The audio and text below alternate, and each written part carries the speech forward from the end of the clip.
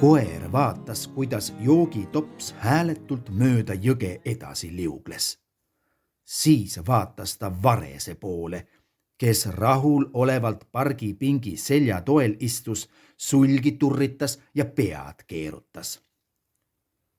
Miks sa selle topsiku jõkke viskasid ja miks sa need paberid siia maha oled pildunud? Küsis ärritunud koer lõpuks Vareselt. Kraaks! Kostis Vares kulmu kortsutades ning vaatas pingi kõrval pahaselt jõllitavat koera. On sul mingi probleem, Penny? Mis asja sa siin süüdistad? Mina pole mitte midagi kuskile visanud ega pildunud. Ma olen korralik ontlik Vares ja ajan rahulikult oma Varese asju. Nüüd tuled sina, karvane krants, ja hakkad mind süüdistama topsikute jõkke pildumises. Praegu virutan sulle nokaga, nii et sul endal silmad topsikuid pilluvad. Mina tean, et see olid sina, sest ma isegi nägin, kuidas sa seda tegid, ütles koer ja püüdis samal ajal võtta ametlikku ja tõsist poosi.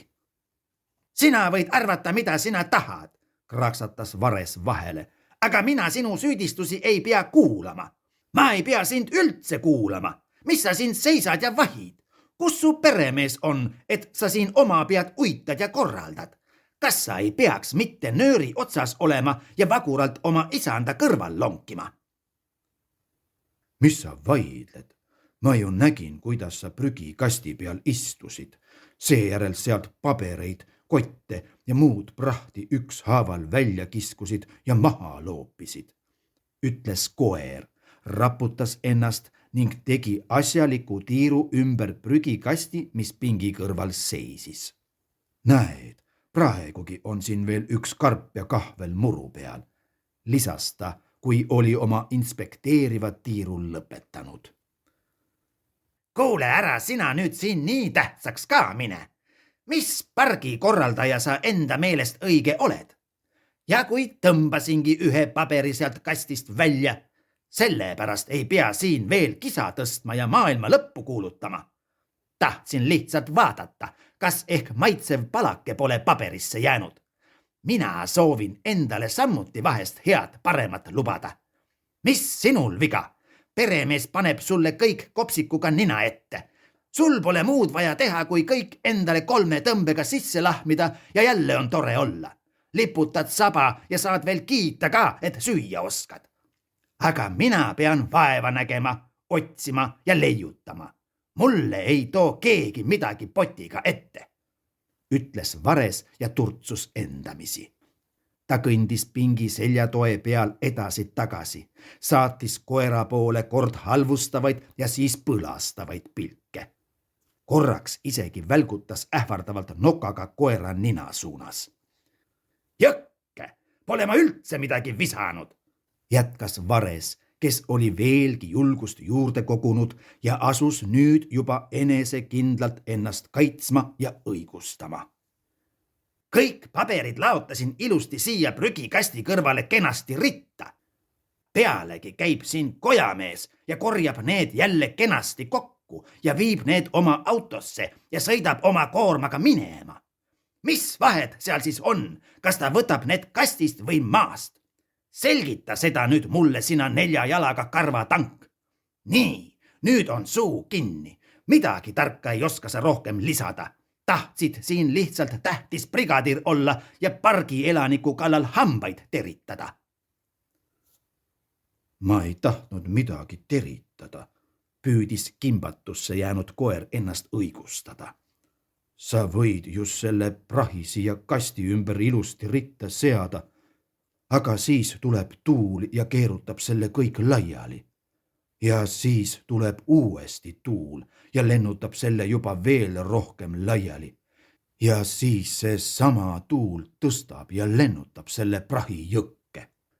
Seal see nüüd ujub ja sinna ei lähe heakorra töötaja seda välja õngitsema, sest praht liugleb vooluga edasi, kuni jääb kuskil okstesse või kaldasse kinni ja lõpuks ongi praht seal, kus ta olema ei pea. Pealegi, on see siiski lugupidamatu heakorra töötaja vastu, kui sa prahti lihtsalt maha loobid ja siis veel arvad õige olevat, et sealt seda tulebki koristada. Nii kogus ennast omakorda koer ja sai vahepeal vankuma löönud enesekindlused tagasi ning lisas lõpetuseks 2 korda kindla häälega vuh, vuh. Vares pööritas selle jutu peale silmi. Ta hakkas isegi korraks kõikuma ning püüdis ennast nüüd uueks vastulöögiks koguda. Vaata, tore koer, sina peaksid lausa medali saama, sest ennast salgava korra loojana paned sa juba mind ennastki arvama, et ma olen kuri reostaja, kes väärib hukkamõistu ja materdamist. Võib-olla sa isegi tahad, et mind peaks karistuseks panema parki koristama, et ma prahti oma noka vahel prügikastidesse kannaksin ja siis peaksin veel valvama, et keegi seda sealt välja ei sikutaks. See on tõesti suurepärane mõte, ütles koer ja elavnes veelgi huvitavast ideest, mis Varesel paha aimamatult üle noka libises. See oleks lausa enneolematult vahva. Lisaks võiksid sa hakata koos teiste varestega prahti maha viskavatele inimestele märku andma, et nad selle üles korjaksid. Aga kui nad seda ei tee, siis võtate prahi ise noka vahele ning lendate ja viite selle lähimasse prügikasti. Mõtle, kui korras ja puhtad oleksid siis kõik pargid ja seda tänu varestele. Kõik hakkaksid teid austama ja teisse lugupidamisega suhtuma.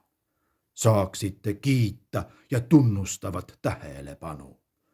Varesed, kes ennem ainult tüli tekitasid, on nüüd ennast otsustavalt muutnud ja asunud tegutsema reostamata parkide nimel. Vares jäi koera suu ammuli vahtima. Vaatas talle ainiti otsa ja isegi ei kuulnud enam, mida koer räägib. Nägi ainult, kuidas koeral lõuad liiguvad ja kuidas ta oma enese jutust üha rohkem hoogu läheb. Lõpuks hingas Vares sügavalt sisse ja ütles. Jah, võib-olla on sul tõesti õigus. Tead, mida ma praegu mõtlesin? Mulle see idee isegi meeldib. Olen sellest juba lausa vaimustuses. Lendan kohe praegu teiste vareste juurde ja me hakkame seda asja koos tõsiselt arutama. Siis paneme paika valvekorrad ja graafiku. Seame sisse vaatluspunktid ja patrullimise piirkonnad. Oma jutu saatel tõusis Vares lendu ja hakkas naerma. Naeris nii, et terve park kajas kraaksumisest. Ta lendas teisele poole parki ja maandus seal pingi kõrval oleva prügikasti peal. Vaatas korraks pingil istuvale Eidele otsa, sättis oma sulgi ja sikutas siis kastist ühe paberi välja. Sakutas seda natuke, nagu tahaks ta veenduda, et sealt midagi ei pudene ja viskas siis maha. Seejärel tõmbas ta kastist välja ühe topsiku. Selle viskas ta osava pealiigutusega teisele poole prügikasti. Nüüd urgitses ta suure vaevaga välja ühe karbi, tagus selle sisse nokaga mitu auku, rebis ja käristas seda nii, kuidas jaksas ja viskas siis pingi peale. Veel sikutas ta kastist välja 4 paberit, 2 topsikut ja ühe plastpudeli ning pildus need ilusti kõik ümber prügikasti laiali. Pingil istuv Eit vaatas seda kõike pealt ja vangutas pead.